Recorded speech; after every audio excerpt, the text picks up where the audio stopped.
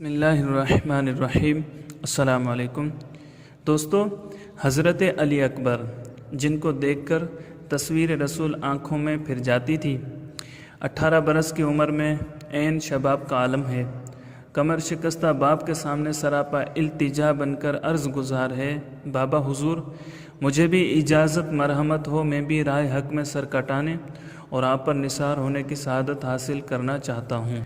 امام نے فرمایا، بیٹا اللہ تعالیٰ اور اس کے رسول صلی اللہ علیہ وسلم کے ساتھ وعدہ کر چکا ہوں، ورنہ تم جیسے گوہرے بے بہا کو کون خاک و خون میں ملاتا ہے۔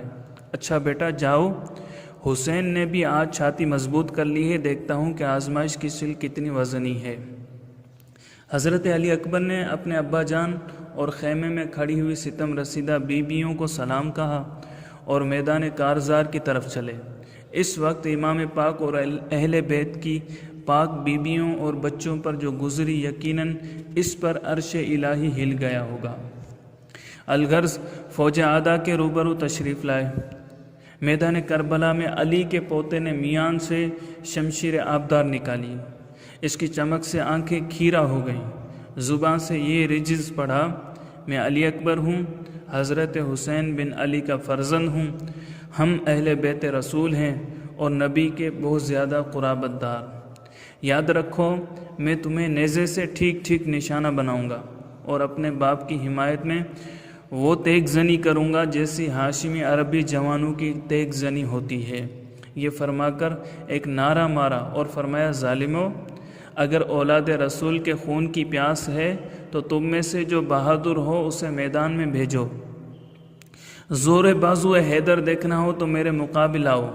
مگر کس کو ہمت تھی کہ آگے بڑھتا، کس کے دل میں تاب و تواں تھی کہ تنہا اس شیر کے سامنے آتا۔ جب آپ نے دیکھا کہ کوئی ایک آگے نہیں بڑھتا اور ان کو برابر کی لڑائی کی ہمت نہیں کہ ایک کو ایک کے مقابل کریں، تو آپ نے گھوڑے کی باگ اٹھائی اور مثل سائیکہ ان پر حملہ کیا۔ جس طرف آپ کا رخ ہوتا دشمن بھیڑ بکریوں کی طرح بھاگتے نظر آتے، ایک ایک وار میں کئی سر گرا دیے۔ ادھر میمنہ پر چمکے تو ان کو منتشر کیا، ادھر میسرہ کی طرف پلٹے تو صفیں درہم برہم کر ڈالی۔ کبھی قلب لشکر میں غوطہ لگایا تو کشتوں کے پشتے لگا دیے۔ ہر طرف شور برپا ہو گیا، دلاوروں کے دل چھوٹ گئے، بہادروں کی ہمتیں ٹوٹ گئیں۔ شہزادہ اہل بیت کا حملہ نہ تھا، عذاب الہی تھا جو یزیدیوں پر نازل ہو گیا تھا۔ دھوپ میں جنگ کرتے کرتے چمنستان رسالت کے گل شاداب کو پیاس کا غلبہ ہوا، باغ موڑ کر والد ماجد کی خدمت میں حاضر ہوئے، عرض کیا، یا ابتاہ العطش، ابا جان پیاس کے غلبے سے سخت بے تاب ہوں، اگر پانی کا ایک پیالہ مل جائے تو ان سب کو موت کے گھاٹ اتار دوں۔ امام پاک نے اپنے نور نظر کی پیاس دیکھی، مگر پانی کہاں تھا جو اس تشنہ شہادت کو دیتے۔ دست شفقت سے چہرے کا گرد و غبار صاف کیا اور فرمایا، بیٹا اب تمہاری سیرابی کا وقت قریب آ گیا ہے، اب ساقی کوثر کے ہاتھ سے کوثر کا جام پینا، جس کی لذت نہ تصور میں آ سکتی ہے نہ زبان بیان کر سکتی ہے، اور اس کے بعد تمہیں پیاس کبھی نہ ستائے گی۔ بیٹا جب کبھی میں پیاسا ہو جاتا تھا تو رسول اللہ صلی اللہ علیہ وسلم میرے منہ میں اپنی زبان مبارک دے دیا کرتے تھے، آج تم اس پیاس کی حالت میں میری زبان چوس لو، تمہیں کچھ تسکین ہو جائے گی۔ تشنہ شہادت فرزند نے امام پاک کی زبان مبارک کو چوسا، انہیں فی الحقیقت کچھ تسکین ہوئی۔ دوبارہ رخصت کرتے وقت امام پاک نے اپنی انگوٹھی فرزند ارجمند کے منہ میں رکھ دی۔ شہزادہ انور نے پھر میدان کا رخ کیا اور لشکر اعداء کے مقابل ہو کر صدا دی، حل من مبارز، ہے کوئی جو میرے سامنے آئے؟ عمر بن سعد نے طارق بن شیس سے کہا، بڑے شرم کی بات ہے کہ یہ نوجوان اکیلا ہے اور تم ہزاروں کی تعداد میں ہو، تم میں سے کسی کو ہمت نہیں ہوئی کہ اس کے بالمقابل ہو۔ آخر اس نے آگے بڑھ کر حملہ کیا اور تمہاری صفوں کو درہم برہم کر دیا اور تمہارے بہادروں کو تہ و تیگ کر دیا۔ بھوکا پیاسا ہے اور دھوپ میں لڑتے لڑتے تھک گیا ہے، اس کے باوجود وہ تمہیں للکار رہا ہے اور تم میں سے کوئی اس کے مقابلے کی تاب نہیں رکھتا۔ تف ہے تمہارے دعوی شجاعت پر، اگر کچھ غیرت ہے تو اس نوجوان کا مقابلہ کر کے اس کا کام تمام کر دے۔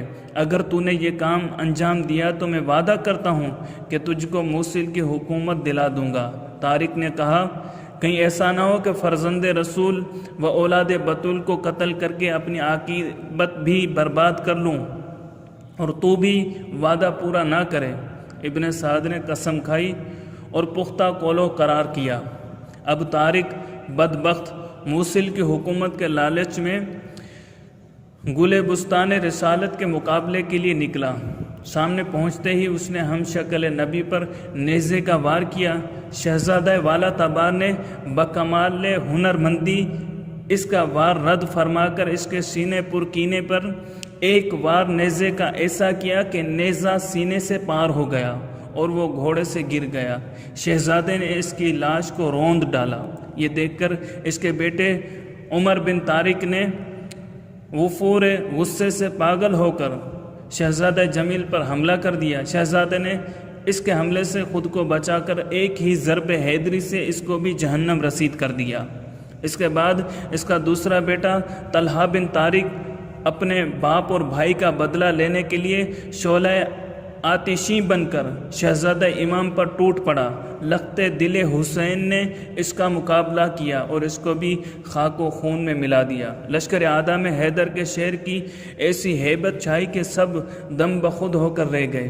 ابن سعد نے ایک مشہور بہادر مصرع بن غالب کو فرزند حسین کے مقابلے کے لیے بھیجا۔ مصرع نے شہزادے پر نیزے سے حملہ کیا۔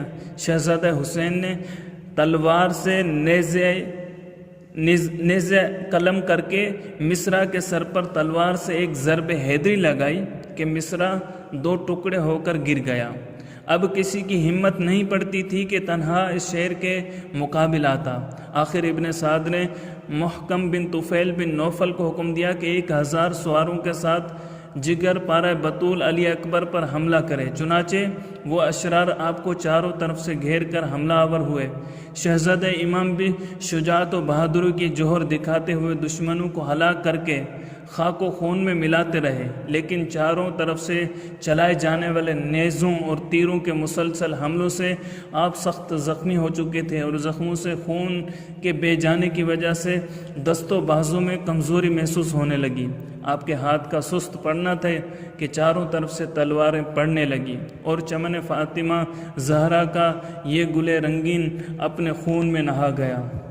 جب جہاں بیٹا آگوش پدر میں اپنی جان اللہ کے حضور پیش کر کے فردوس بری میں پہنچا تو مظلوم کربلا نے لاش مبارک زمین کربلا پر رکھ دی اور فرمایا، اے میرے فرزند، اللہ تعالیٰ ان لوگوں کو ہلاک کرے جنہوں نے تجھے قتل کیا ہے۔ شہزادہ علی اکبر کی شہادت کے بعد معصوم شیر خوار علی اصغر کی والدہ ماجدہ حضرت سیدہ رباب نے امام پاک کی خدمت میں عرض کیا، میرے سر کے تاج، فرط غم اور فاقے سے میرا تو دودھ خشک ہو گیا ہے اور پانی کا ایک قطرہ نہیں۔ ذرا اپنے لختے جگر کو دیکھو کہ شدت پیاس سے اس کی کیا حالت ہو رہی ہے۔ مجھ سے تو اس کا رونا تڑپنا دیکھا نہیں جاتا، میرا تو کلیجہ پاش پاش ہو رہا ہے۔ خدا را اس کو لے جائیے اور ان پتھر دل ظالموں کو دکھائیے۔ اس کی حالت زار دیکھ کر ضرور کسی کو رحم آ جائے گا۔ بچوں پر تو ہر کسی کو رحم آ جاتا ہے۔ سیدہ رباب کی درخواست پر امام پاک اپنے اس پھول علی اصغر کو، جو ابھی کھلنے بھی نہ پایا تھا، گود میں اٹھا کر سینے سے لگائے سیاہ دل دشمنوں کے سامنے پہنچے۔ فرمایا، اے قوم جفاکار، میں تمہارے نبی کا نواسہ ہوں اور یہ طفل صغیر میرا لخت جگر ہے۔ اگر تمہارے زعم باطل میں میں مجرم ہوں تو اس بچے کا کوئی جرم نہیں، اس کو تو پانی پلا دو، دیکھو شدت پیاس سے اس کی کیا حالت ہو رہی ہے۔ دشمنوں، میرے ہاتھ میں پانی کا پیالہ نہ دو، شاید تمہیں یہ اندیشہ ہو کہ اس میں سے میں بھی پی لوں گا۔ پانی کے 2 قطروں سے اس کا خشک گلا تر ہو سکتا ہے اور چند قطروں سے بہتے ہوئے دریائے فرات میں کوئی کمی نہیں آ جائے گی۔ بچوں پر تو کافروں کو بھی ترس آ جاتا ہے، اور تم تو مسلمان کہلاتے ہو، کیا تمہیں معلوم ہے کہ یہ بچہ کون ہے؟ افسوس، صد افسوس، سنگ دل جفاکار اور بدبختوں پر کچھ اثر نہ ہوا اور ان کو ذرا رحم نہ آیا۔ بجائے پانی کے ایک بدبخت شقی ازلی حرملہ بن کاہل اسدی نے نشانہ لے کر اس زور سے ایک تیر مارا جو علی اصغر کا حلق چھیدتا ہوا امام پاک کے بازو میں بیٹھ گیا۔ امام پاک نے وہ تیر کھینچا، خون کا فوارہ ہمراہ پیکان برآمد ہوا۔ امام پاک نے بچے کا گرم گرم لہو اپنے چلو میں لیا اور جانب فلک پھینکا اور فرمایا، اے اللہ، جو کچھ یہ لوگ کر رہے ہیں اس پر میں تجھے گواہ بناتا ہوں۔ پروردگار عالم، جس راہ میں اس وقت میں گامزن ہوں، اس کی سخت کٹھن منزلیں تیری رحمت سے آسان ہو رہی ہیں۔ بچے نے ایک جھرجھری سی لی اور مظلوم باپ کے ہاتھوں میں تڑپ کر جان دے دی۔ مظلوم باپ نے ننھے شہید کو چوما اور ہاتھ میں لگے ہوئے خون سے ریش مبارک کو خضاب کر کے فرمایا، میرے چاند، تم چلو، میں بھی اسی حیت میں تمہارا خون منہ پر ملے تمہارے پیچھے نانا جان کے پاس آتا ہوں اور ان کو دکھاتا ہوں کہ ان جفاکار امتیوں نے تمہارا اور میرا کیا حال کیا ہے۔ ادھر خیموں میں بیویوں کو گمان تھا کہ بے رحم سنگ دل بچے کی حالت زار پر ضرور ترس کھائیں گے اور پانی پلا دیں گے۔ جب انہوں نے شگوفہ آرزو کو بھی امام کے ہاتھوں میں خون سے رنگین پایا تو ان کے جگر پھٹ گئے۔